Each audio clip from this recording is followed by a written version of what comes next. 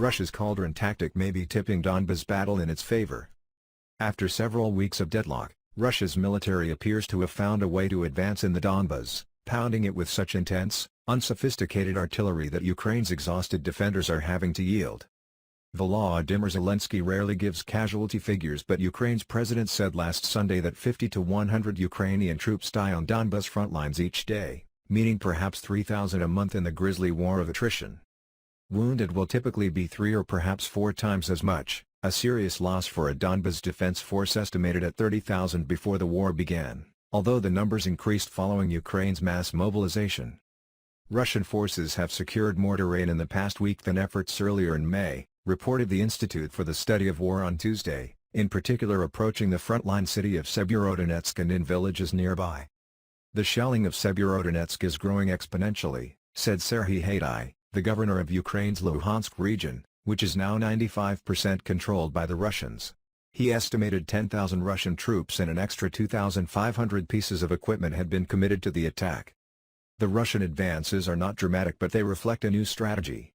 Gone for now are the attempts at wider encirclements of Ukrainian forces in the Donbas, which included a failed river crossing in early May. Instead, units are focused on smaller encirclements, or cauldrons, and a sheer concentration at Severodonetsk.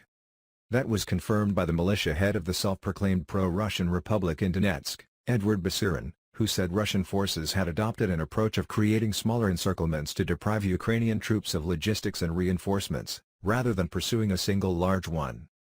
Nick Reynolds, a land warfare expert at the Royal United Services Institute think tank, said the Russians had engaged in progressive reorientation of their operations towards increasingly modest objectives, allowing them to take villages such as Popasna and Rubizhne, although he argued their ground forces are still performing badly as demonstrated by the reliance on artillery. Others are not so sure. An anxious Kyiv continues to plead with the West for more powerful weapons. The latest demand is for M270 long-range multiple rocket launchers. On Friday, after a to and fro lasting several weeks, it appears the U.S. now appears to be willing to provide some, after previously refusing.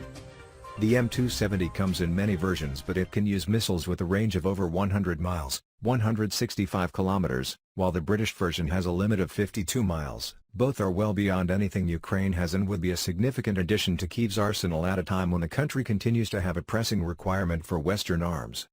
When asked what Ukraine needed at present, Kira Rudik, a Ukrainian MP visiting the UK, said the first and the foremost is weapons always, arguing her country and the West should not underestimate Russia right now just because Moscow's forces had, until earlier this week at least, made limited progress in the Donbas. Advertisement. Rudik said she spoke to Ukrainian soldiers on the front line every day.